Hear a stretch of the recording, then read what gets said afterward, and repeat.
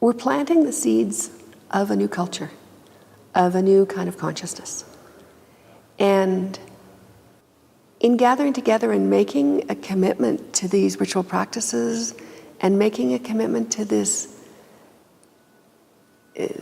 task of changing ourselves and connecting with the healing wisdom that's innate in all of us, but that has been shut down or devalued by our culture.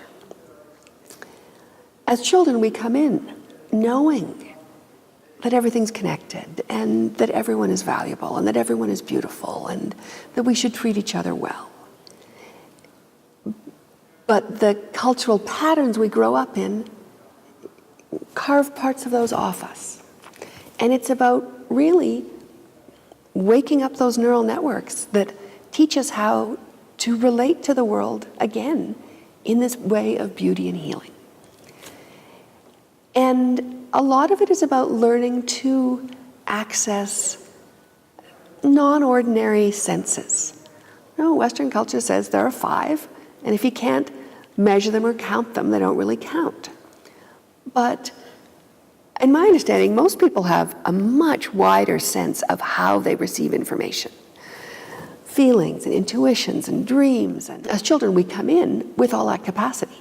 But it's just like with language. If you're born in China, by the time you're about 4, Chinese is the language that you're speaking. It's pretty hard to learn Czechoslovakian after that. But the brain is plastic. And so even though those neural networks have been pruned off, we can wake them up again.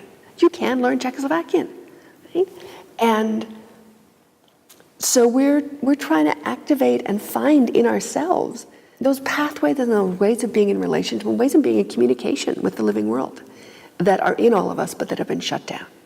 So it's about being attuned to our dreams, being attuned to the messages from the land, being able to feel into the field that we're in. And it's pretty amazing what happens as we practice that.